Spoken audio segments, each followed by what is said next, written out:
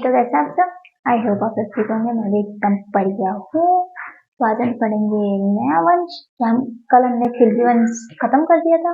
अब आज हम पढ़ेंगे तुगलक वंश यानी तुगलक डायनेस्टी। अब इसका क्या टाइम पीरियड था? इसका टाइम पीरियड था 13 से 20 से 1480, मतलब 1320 से 1480।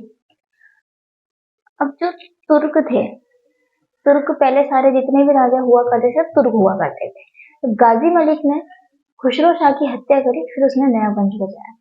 तो जो गाजी मलिक था, गाजी मलिक कौन था पहले हम ये देखेंगे। वो जितने भी तुगलक वंश के राजा थे वो सब थे कुरानी तुर्क। अभी कुरानी क्या होता है? पहले हम ये समझते थे कि ये कोई ट्राइब है, पर ऐसी कोई ट्राइब एग्जिस्ट ही नहीं करती। इसका मतलब ये होता है कि तुर्क, कुरानी तुर्क मतलब होता है मिक्सचर इन द सेंस कि पहले क्या हुआ करता था, किसी को भी अगर शादी करनी है, कोई भी रिलेशन स्थापित करना है, तो सब अपने जात देखते थे और रिलेशन देखते थे।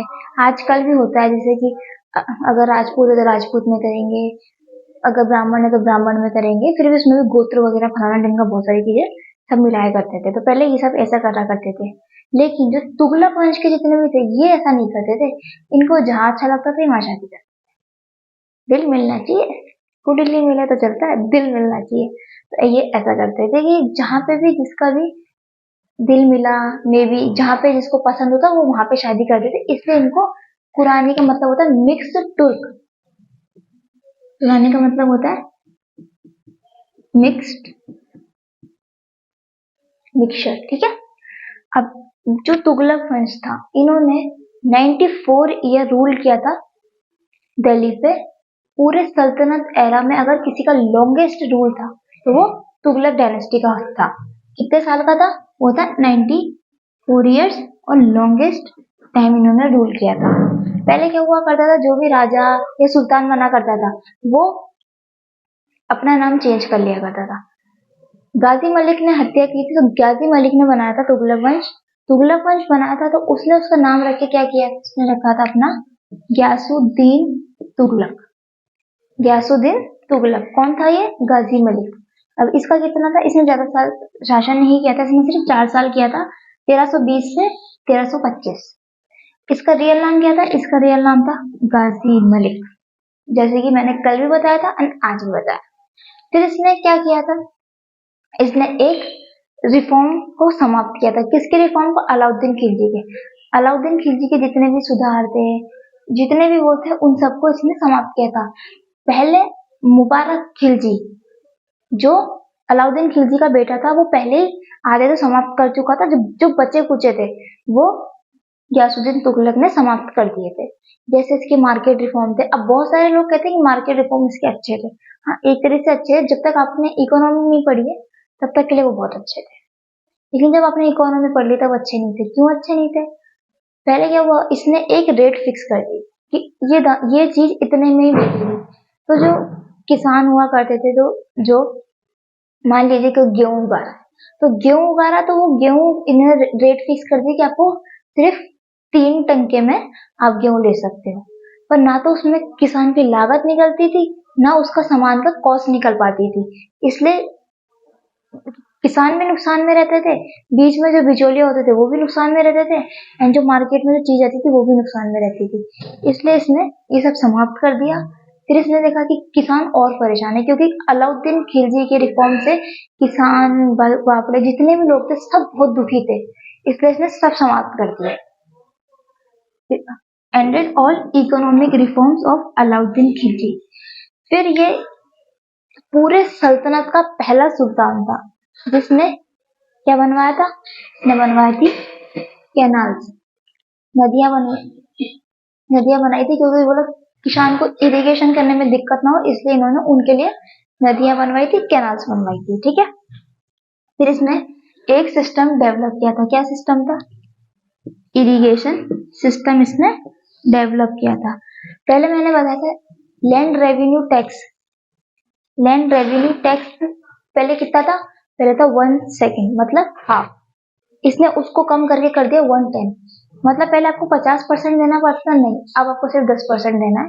पर जब ये सब करूंगा तब मैं दिलदार होकर करूंगा, लेकिन जब मेरे जो सेनापति या जितने भी सेवक वगैरह वो लैंड का रेवेन्यू टैक्स वसूल करेंगे, तब वो कोई भी आपसे प्यार मोहब्बत नहीं रखेंगे, वो सख्त सख्त तौर पे आपसे टैक्स वसूल करेंगे। तो इसने रिड्यूस कर दिया था टैक्स को 10%, इरिगेशन टैक्स को, ठीक है। अब इसको क्या बोलते हैं, हम इसको बोलते हैं रश्म ए नियामी। इसकी जो पॉलिसी का क्या नाम था, रश्म ए नियामी का मतलब होता है लैंड रेवेन्यू टैक्स को इसने जब कम करके एक डिपार्टमेंट बनाया था, इरिगेशन सिस्टम, इसलिए इसने इसको पॉलिसी को बोला था। रश्म का मतलब होता है पॉलिसी और नियामी का मतलब होता है मिड पास, ओके। फिर इसने अपने आमिर्स वगैरह से पूछो, पैसा तो बहुत कम हो रहा है, खजाना तो खाली हो रहा है, खजाना में पैसे ही नहीं। तो उन्होंने बोला आपसे पहले जो राजा था, कौन था, खुसरो शाह, उसने अपने तरफ लाने के लिए पैसे तो ऐसे बांटे थे जैसे तो फ्री में आ रहे, पेड़ पे लग रहे, थोड़े थोड़े बांटे थे उसने सबको। तो उन्होंने कहा अच्छा ऐसा, इसकी लिस्ट होगी क्या, हाँ है लिस्ट। तो कहीं लिस्ट मंगवाओ और जिसको भी इसने पैसे दिए सबसे पैसे वसूल करो, ठीक है भैया। अब इसने जितने भी आमिर वगैरह, अब आमिर होते 3 कैटेगरी में बढ़ गए। एक तो ये पापड़े बोले वाले थे, ठीक है हमने इतना, हमें 5 लाख टंके दिए थे, हमें 50 लाख टंके दिए थे, तो ये लोग उन्होंने अपनी इच्छा से वापस दे दिए।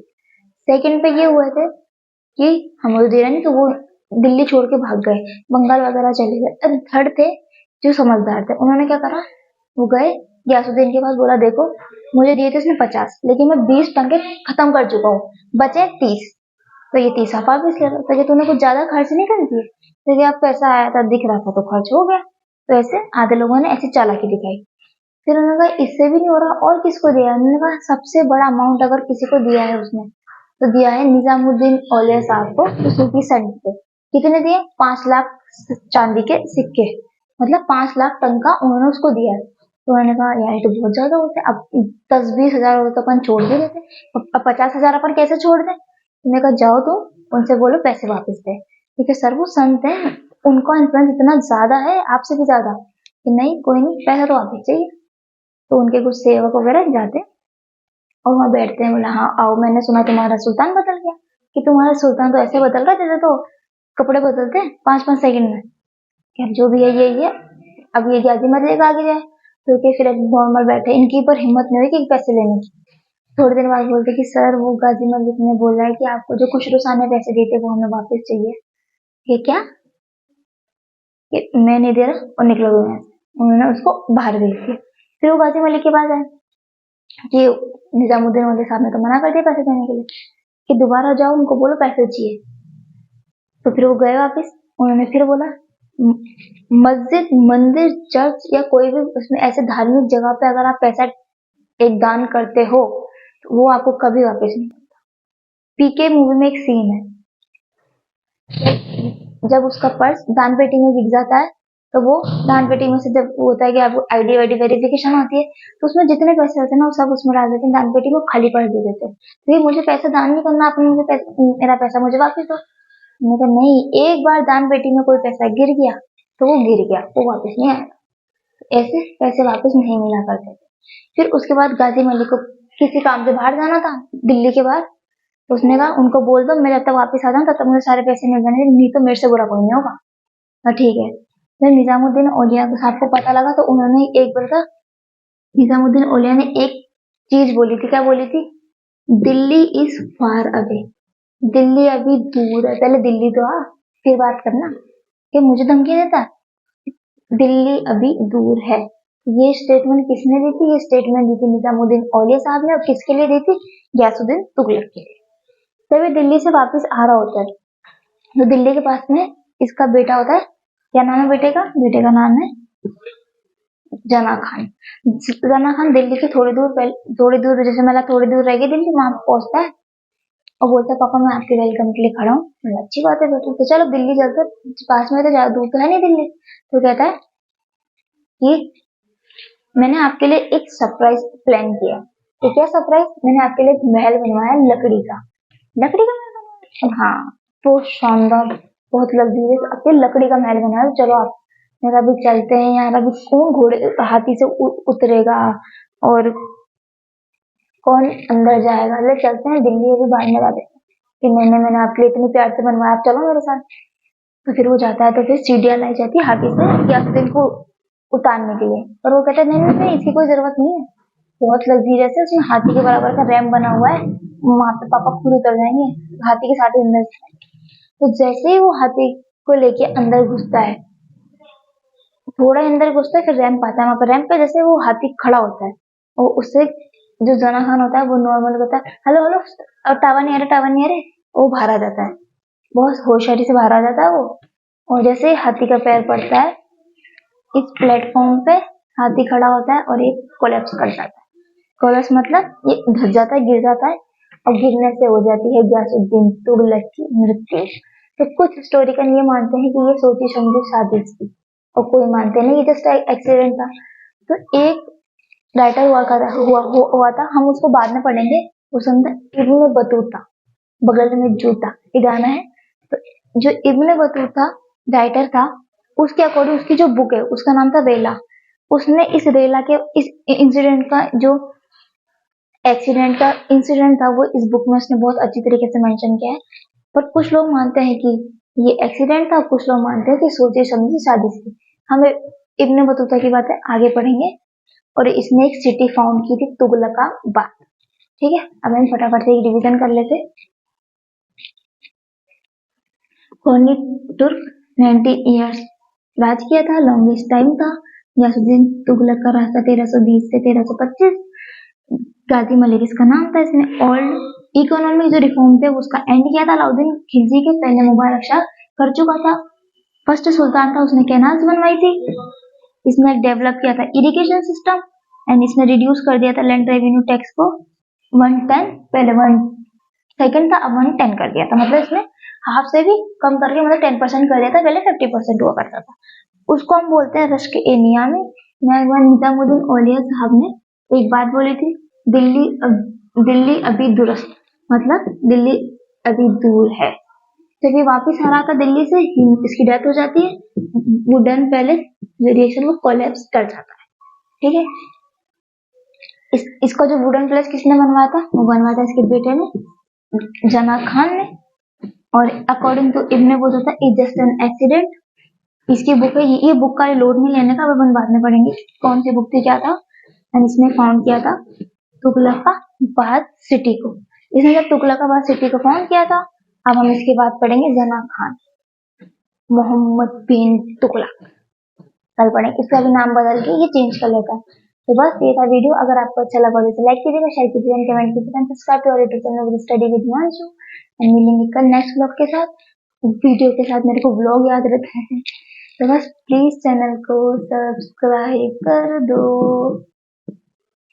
और आपसे डेली की 3 वीडियो आएगी, क्योंकि सर का बोर्ड वगैरह सब आ चुका है। कल भी आज सुबह उन्होंने एक वीडियो अपलोड कर दी है, अभी मेरी हो जाएगी शाम को, एंड देन शाम को सर वापस एक कर देंगे। तो बस यही था छोटा सा वीडियो, तो बाय। पीडीएफ मिल जाएंगे।